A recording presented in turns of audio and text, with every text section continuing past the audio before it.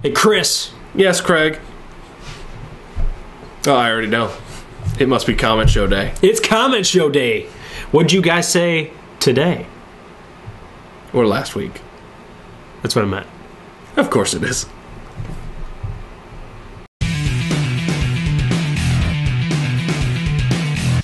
I love the comment show. I think everyone knows that. Everybody knows that because I love the comment show. And we keep doing it. And I don't make it a secret because I love our viewers. I make it a secret. Don't you love them, Chris? I do. You hate them, don't you? No. I know you don't. Don't say that. I know you don't hate them because you call me. Upset. You call me during the week. You're like, guess what Sean Saint said today? Sean Saint's awesome. Or guess what? Whoever else. He doesn't just stalk Sean Saint because apparently he's the one with the duct tape, right? Yes. Which actually he said was too. Well, we'll get into that a little later. We'll mention everything. We should say the important information first. Yes. We should. Which is good. Do you want to do the important information? No. You've got it so down. No, great. Now I'm going to screw it up. If you're just now joining us, you can subscribe at... Website first. If you're just now joining us, you can subscribe at www.craigandchris.com. Brings you to our YouTube channel. We don't officially have a website yet, but we will get one sometime in the next 10 years. Maybe. If you like the shows and the stories and all the fun stuff we talk about during the week, because we broadcast every weekday, make sure you check out our Flipboard magazine, because that's where we store and collaborate on all of our awesome stories. We have all the stories we talk about in the show and more at www.craigandchris.com/Flipboard. Gotta believe it. That's right. Believe in the Flipboard. Flipboard. Also, if you're a sponsor, email me. I'm in negotiations with the sponsor right now, but we don't only have to have one. Craig at craigthetechteacher.com. There is a queue forming. A queue, yes. Yeah, sure. Yeah. Whatever. Okay, I'm going to start this out, okay? It's forming. And I'm going to start this out with a little bit of self-praise. Well, us praising ourselves, because we have Wade Harmon commenting. That's a good start any day. Enough about us. Let's talk about us. Okay, Wade Harmon says, I literally love the Craig and Chris show, especially when they're reading comments from their fans like me. And we're reading your comment again because it's awesome. Super funny, Craig Chamberlain, Chris Keyworth. Always make my day when they put these out. Love it. Watch for these guys to come onto the relationship marketing show in the future. And we are scheduled to be on their show in April. Yep. His show in April. And if you don't follow Wade Harmon yet on Google+, you should do that. Yeah, because he literally loves our show, not just figuratively. Yeah, he literally does. We love you too, Wade. Literally. Literally. Sean Saint throws us out here again. Thanks so much for sharing my comments. It means a lot. There's a Dynasty Warriors MMO. We had discussed MMOs. Yes. And he says it's been out for a while. Yeah, this is the one where we were talking about Elder Scrolls. Yeah. How they MMOize everything. Yeah. He says it was really good, actually. I just don't know. You know what would really help your your single-player game, your favorite single-player game? Is if we made it a multiplayer single-player game. No! Yeah. So anyway, he read that Dynasty Warriors MMO apparently is good. And it's, again, perfect example. We got 1 million of them. Yeah, I didn't even know if that one existed. We are not lacking in MMOs these days. No, we're not. And most of them are free to play. And I see my nephews playing them almost every time I go over to their house. It's some different MMO now. The MMOs now are free to play, but it also seems like your main sidekick is like the vendor from Resident Evil 4. And like the second you walk into a door, it goes, "What are you buying? What are you buying? What are you buying?" That's absolutely true. That's dead on, I think. That's the perfect analogy for the modern day pay-to-play service. Yep. What are you buying? What are you buying? Actually, we got to remember that now in every episode. Yep. We're actually going to take turns reading comments this time. But that's all I had from the comments episode. Those are the only comments. Oh, wait, no. Your unsung hero said, read this awesome comment. Consider it read. Consider it read. So, Chris's turn. Okay, this is from our Titanfall beta video, which we were only a little excited about. I can't wait. I'm still excited about it. Let's see. Finally, a reason to own an Xbox One. Okay. A reason to go next gen, finally. 6 months later. Robbie Zambito said to Craig Chamberlain, "Don't worry, Chris lied to you about there not being a single-player campaign." You liar. Well, he said about there not being a campaign. I'm good at this. There's no single-player campaign, but there's a multiplayer one. I wouldn't say it was lied. That seems fair. Liar. I was so offended. I read his comments. I go, this needs to be the Craig and Craig show. Yeah. Liar. No. Actually, that's kind of what... We call that a miscommunication. Yeah. Kind of, sort of. Because mostly it's my fault. Because he had told me there was a multiplayer narrative type campaign. And I just completely spaced it out. Well, and probably the biggest problem is we actually talk outside of the show, too. Uh-huh. And then we reach a point where I can't remember. Did we talk about that on the show or after or before? And we're just like the same way on the camera as we are off the camera, yes. basically. But I don't even know if I'd qualify what they're saying the campaign's going to be. We don't know yet. I'm hesitant to But I'm kind of... When we say multiplayer campaign, we're talking like Gears of War multiplayer campaign. We're not talking like everybody jumps into a mission that's going on actively and there's no voice acting, there's no like cinematic value, there's no character depth. I mean, that's what I think when I think multiplayer campaign. Yeah. So... if there's just this drop-in narrative, like you were saying, I don't consider that a campaign. It depends. I mean, if they play it like... if there is a story behind which map queues up next or something, that might be something. Yeah. But I'm a little concerned that when they say that, they mean more like narrative structure. Uh-huh. In the sense that, oh, we need to fight these guys on the hill. And then they drop you in, you fight the guys on the hill, and they go, oh, we lost, run! Good job fighting the guys on the hill. On to the next. On to the guys that are in the cave. Yeah, exactly. So, I mean, we could be, I don't know what to expect, but I'm hesitant to say that there will be an actual campaign. Historically, with first-person shooters, that would be, honestly, if they do it, like, structured like a true multiplayer campaign, the sheer amount of originality in this title will be astounding to me.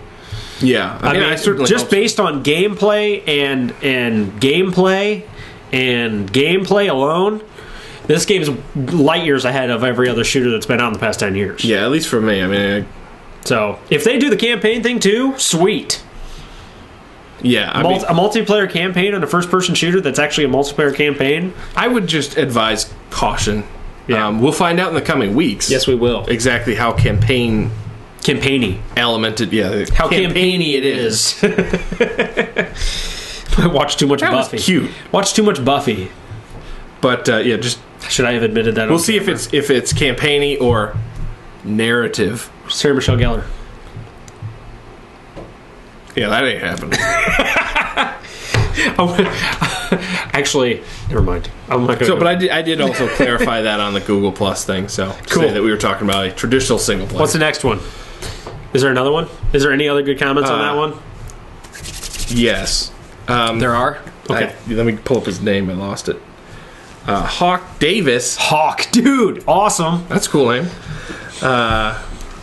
Says, I think this has to do with Respawn Entertainment, the guys who are making Titanfall. Oh, okay, right. We said we weren't exactly sure where they came from. It was a little hazy. And he says that he thinks that they were responsible for the original Call of Duty as well as Modern Warfare. And he's pretty sure he read somewhere those facts. And then they got ousted from Infinity.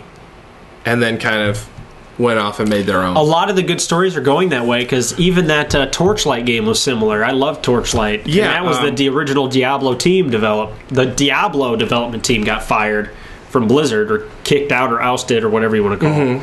And they went and did their own development team. So long story short, two guys left Infinity Ward, whether by choice or not clear. Ironically made Respawn. Dude, and you know, there's just a handful of decent developers out there now. And if you guys don't know me yet, Remedy Entertainment. They're going to be doing that. I always forget the name of it. Quantum Break? Quantum Break. Yes. And they also did the Alan Wake. Yes. And they also did the Max Paynes, the original ones. Yeah, at least the original, yeah. I mean, good stuff. So anyways, is it my turn? I believe it is, yes. Is it my turn? Okay, yes, where were we at? Flappy Bird removed. Ha ha! Good old Flappy Bird. Candace Marco. Yo. It's cool that you have the same name as one of my favorite characters from Phineas and Ferb. You guys are hilarious. Enjoyed watching. Geez, what kind of slack was he getting that he felt he had to do that? What kind of flack, I think is what you meant. I'm sure he had good intentions, but it looks like it's turned out to be an unintended marketing ploy for the others to take advantage of. Of course, this is referring to the Flappy Bird deleted, and Chris wasn't too happy with the guy. I wasn't either, but Chris was a little more overt about it. I'm taking the cynical route, and a couple of the comments on there did. I think it was either intentional. Like I agree with some of the comments that said he was trying to stretch his 15 minutes. Okay. You know, I don't agree with that. I think I'm not on the same page as that. No. Or I believe what he said, which is he was removing it for addiction purposes, which that's none of your business, pal. Okay. And here's my position on this. I've thought about it for a week. And it kept me up at night. No, it didn't. But I tried to put myself in his shoes. I'm like, okay, I'm a developer. I make a game, small little game. And I think you may have been onto something with the Nintendo copyright issue. And if I put myself into those shoes, and I was a developer, and I made a game that basically used a lot of the effects of another game, even though it was my own original game, if I woke up one morning and I was like making $50,000 a day, I'd be like, oh crap. Okay, how am I going to protect myself? That was my third option. Yeah. Either he didn't intend it to get this huge, and you think that's probably... I think that's probably what it was. And it's like, oh crap, how am I going to protect myself from... legally from all this? It's best to get out... before... as soon as I can, before... and not milk it like if it was an original, completely original project, like Angry Birds... Sure. Then I could have seen, like, they're like, all right, let's milk this for as much as we can. But this was more of a situation like, oh, crap, Nintendo hates people who do this. They have a history of coming down on people. And now I got to turn. I'll just take the $300,000 I got and get out. You know, which actually might not have been a completely idiotic decision. No. In the long run. No, and now he has the distinct pleasure of next game saying... from the creator of Flappy Bird comes the most controversial app ever. Yeah, maybe he'll take the $300,000 and make an all original Flappy Bird. I don't know. Yeah, but still, after I thought about it for a week, I was like, you know what? We can read about this stuff all day long, but if it was me, that's probably I could see. You could say it's addiction or whatever, but I don't know. I don't think. And maybe he was. Maybe Nintendo said. Maybe we're giving him more credit than he deserves. Maybe Nintendo said bow out and nothing will happen. No harm, no foul. But could be. Quit it. Could be. He could have got. Who knows? Could have got a nasty gram. Maybe that's why people like it so much. Is it's the mystery of it as well. Let's see what we have here. Jacob Williams. Oh yeah, R. says the reason developer game was so stupid. Jacob Williams says, I think what they're trying to say, and he's talking about us, is that if the developer wanted to maximize good, he should have kept the game up and taken the $50,000 a day and started a soup kitchen or after-school programs for kids. Now our time will be spent on some game backed by a huge company that charges you $10 in order to get a special ring to get to the next level. Cough, Sonic Dash. I didn't even know Sonic did that. Really? Developer argument... A2 Sonic? A2? Developer's argument didn't make sense because his philosophy is inconsistent with reality. And he's right. Basically, in a very sophisticated way of saying Jacob Williams, you kind of did sum up what we were saying. So. Yes. It's a good way to close. Good job. Good game. Good day to... Good. Stupid. Okay. Good way to close the Flappy Bird video comments. Yes, so now we're moving into the one where we discussed... that movie game tie-ins always suck. Always suck. Which isn't true. Isn't true. We were just, do they always suck? Yeah. You know, and... we'd like to be controversial in our thumbnails. Let's see. They always suck, then you watch a video, we're like, they pretty much always suck. They don't always suck. They pretty much always suck. Well, let's see. Zach Palm says, I agree with the conclusion from this video. Yay! But he is holding out hope that the Assassin's Creed movie will turn out. Now, that's movies based on games, though. That's different. They don't have a better track record. They don't have a better track record, but that's not what we were talking about. But I wouldn't hold my breath. I wouldn't either. Let's see. Let's just say Final Fantasy, the movie. Albert Meza says... Resident Evil. Mortal Kombat the movie. 2, at least. Mortal Kombat, the movie. Mortal Kombat 1 is good for a chuckle, but... It is good for a chuckle. Let's see. Albert Meza says the Addams Family game for NEC Turbo Graphics CD. That wow. I never had that one. Wow. Was pretty cool for its day. And of course, who could forget the Ultimate Nightmare movie tie-in game? I remember that. Star Wars: The Empire Strikes Back game for Atari 2600. The worst game ever. Oh no, E.T. Did you not see Star Wars Connect? E.T. was the worst game ever. Yeah. You could fall into a hole in it and you had to reset the game. That's good design. Ironically, that game ended up in a hole. All of them. So I would say that's probably the definition of worst game ever, where you fall into a part of the game and the only way to go back is to reset the game. There is a mass grave for those cartridges, actually. Is there really? Yeah. Really? At least that's the urban legend, that there's like a junkyard somewhere that has like a mass grave of these games because it was so bad. Wow. It sold so bad. Wow. That's awesome. And then Sean Saint says Spider-Man 2 was his favorite movie tie-in game, if you ask me. He says. I didn't play that one. I did. I liked it. They haven't actually done better as far as the web swinging goes. Wow. That was back on Xbox. That's bad. No, well, it was cool. The web swinging for Spider-Man 2 was, it's a rope, and it's up to your locomotion to control how fast and where you go. Oh, okay. That sounds fun. So if you went too fast, if you went too slow, like, it was up to you. It was cool.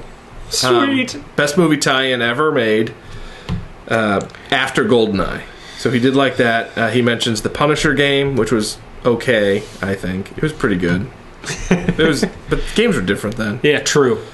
All right, let's move on to the next video. And they all pretty much agree that the Cybertron Transformers games were good. Yeah, so they don't all suck. So, but we had to dig. We did. The quota, the quantity definitely isn't up there. Oh, and he did recommend that if you want Ghostbusters 3 to play the game instead. Which I endorse that. Yeah, I agree completely, because that game is awesome. It is. It's fun. Okay, so the next video was the science quiz. Science. For science. I took a test for science, or a quiz for science. Sean Saint says, hashtag Craig and Chris, I freely admitted that I dropped out of high school in the 9th grade before even half a year was over with. I have junior high-level education. I still got them all right. You know what the problem is? The Kardashians, Honey Boo Boo, and Duck Dynasty don't talk about this stuff, whereas I learned the definition of DNA from G.I. Joe. Just let it sink in. Damn right. 80s toys pushing children's programming, more education, and more popular... more educational than popular modern adult entertainment. Yes. Enough said. That's true. I always say that. That's actually true. I actively watch all these kid shows now because I have 2 kids, and they are much more intelligent than pretty much all adult entertainment combined. Yeah. So I don't get that. I don't Especially know. Disney. They do a great job with their shows. It depends on what shows you're watching. Well, their young adult ones aren't very good. No. Oh. Their adolescent ones That's are unfortunate. awful. I haven't gotten there yet. They teach bad. Don't let them. What I do is, for my little brothers, I redirected them back to the 80s. True. You know who taught them? Duke. Optimus Prime. He-Man. G.I. Joe. And Chad Melendez says, Chris Keyworth, I'm here already. Priceless. I know that guy. That one was good. Chad! Yeah, Chad's a regular on my talk show now. I see. My weekly show. So he's spreading the love back this way. What's up, Chad? All right, one more. Let's just throw in one more comment from the Let's Play, and we'll wrap things up here.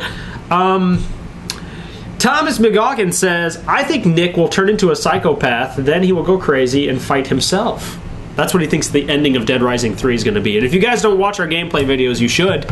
We're still doing Dead Rising 3. We're hoping to wrap it up here soon. Yeah, all I can say is having seen what we've seen in that game, having an end boss fight against himself going like this does not seem out of the realm of possible. Not that far-fetched. No. No, it's been a fun game. But actually, we're ready to move on. I think if it doesn't end that way, I may be just a tiny bit disappointed. Yeah, let's file a complaint with XY, XY, XY. Quit hitting yourself. Trigger block. Quit hitting yourself. Oh yeah, that'd be awesome. Thank you guys all for coming out to Craig and Chris Show. This is the comments episode, which is probably incredibly long. Again, we're trying. At that. We just like reading your guys' comments. I know. We're probably gonna have to cut it back to 1 comment per episode because we talk too much. So remember, use hashtag Craig and Chris when you comment, and we'll do our best to read them out loud during the show. And also subscribe at craigandchris.com. And leave those comments, people, for next week. Leave them for our own entertainment. Thank you. Zang.